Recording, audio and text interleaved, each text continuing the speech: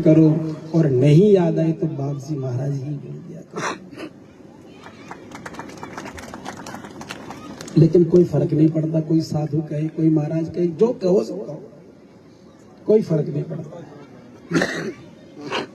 तो बाबूजी महाराज और दांतड़ा वाले जितने भी भक्त हैं उनसे भी प्रार्थना करूं। कई लोगों को तो स्वामी जी महाराज का नाम ही नहीं आता। स्वामी जी महाराज की जय। मैं कहा क्या क्या बोल रहे हैं? बोलो स्वामी जी महाराज की जय, स्वामी जी महाराज की जय। अरे मैंने कहा स्वामी जी नहीं है, स्वामी जी है। लेकिन फिर भी अफसोस मत करना, क्योंकि स्वामी जी जो निकलता है ना वो अंदर से निकलता है। क्योंकि कभी कभी भजन कहते नहीं कहते कहत कबीरा, कहत कबीरा, कहत कबीरा। तो एक जगह से कोई संत जी भजन गा रहे थे, तो कबीर संप्रदाय के एक बहुत बड़े संत थे, उन्होंने आकर टोक दिया, चुप करो, बार बार क्या कबीरा कबीरा बोलते हो, कबीरा कबीरा कबीरा। हमारे सदगुरु कबीर साहब को आप कबीर साहब नहीं कहते हो? तो बेचारे संत डर गए।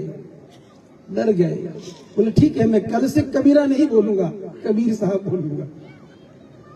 अब दूसरे दिन कथा शुरू हुई तो महाराज जी अब सोचे कि मुझे कबीरा नहीं बोलना, कबीर ही बोलना, कबीरा नहीं बोलना, कबीर साहब बोलना।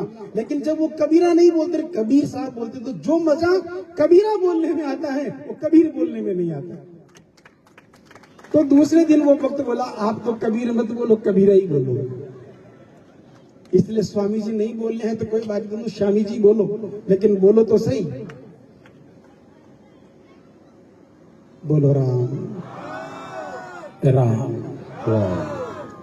तो बाबूजी महाराज, मारवाड़ की भाषा बहुत प्यारी है, और इस बार जो राम विचारी जी महाराज बैठे हैं ना, वो मैं मंच के माध्यम से कहूंगा। आपके बड़े भ्राता राम प्रकाश जी महाराज, मैंने उनसे निवेदन किया, महाराज जी आ जाओ ना, इतना बड़ा सत्संग चल रहा है तो रात्रि में अपनी मारवाड़ी भाषा में नानी बाई का मायरा कर दो ना हमारे यहाँ। तो बोले कि महाराज जी मेरा समय थोड़ा ऐसा है, कोई बात नहीं, हम 5 साल इंतजार कर लेंगे, तब तक समाधि ठीक हो जाएगा और उस पर ही वो मायरा रखेंगे। महाराज जी तो है ही, महाराज जी को मैं वो नहीं करूँ, महाराज जी तो सबसे पहले, और महाराज जी आएंगे तभी तो मायरा आएगा, महाराज जी पधारेंगे तभी तो मायरा आएगा, बाकी मायरा कहां से आएगा? बोलो राम। तो बाबूजी महाराज मस्जिद के बाहर बैठ करके तपस्या कर रहे थे, भजन कर रहे थे, साधना कर रहे थे। दिलीप जी आप वहीं बैठ जाओ।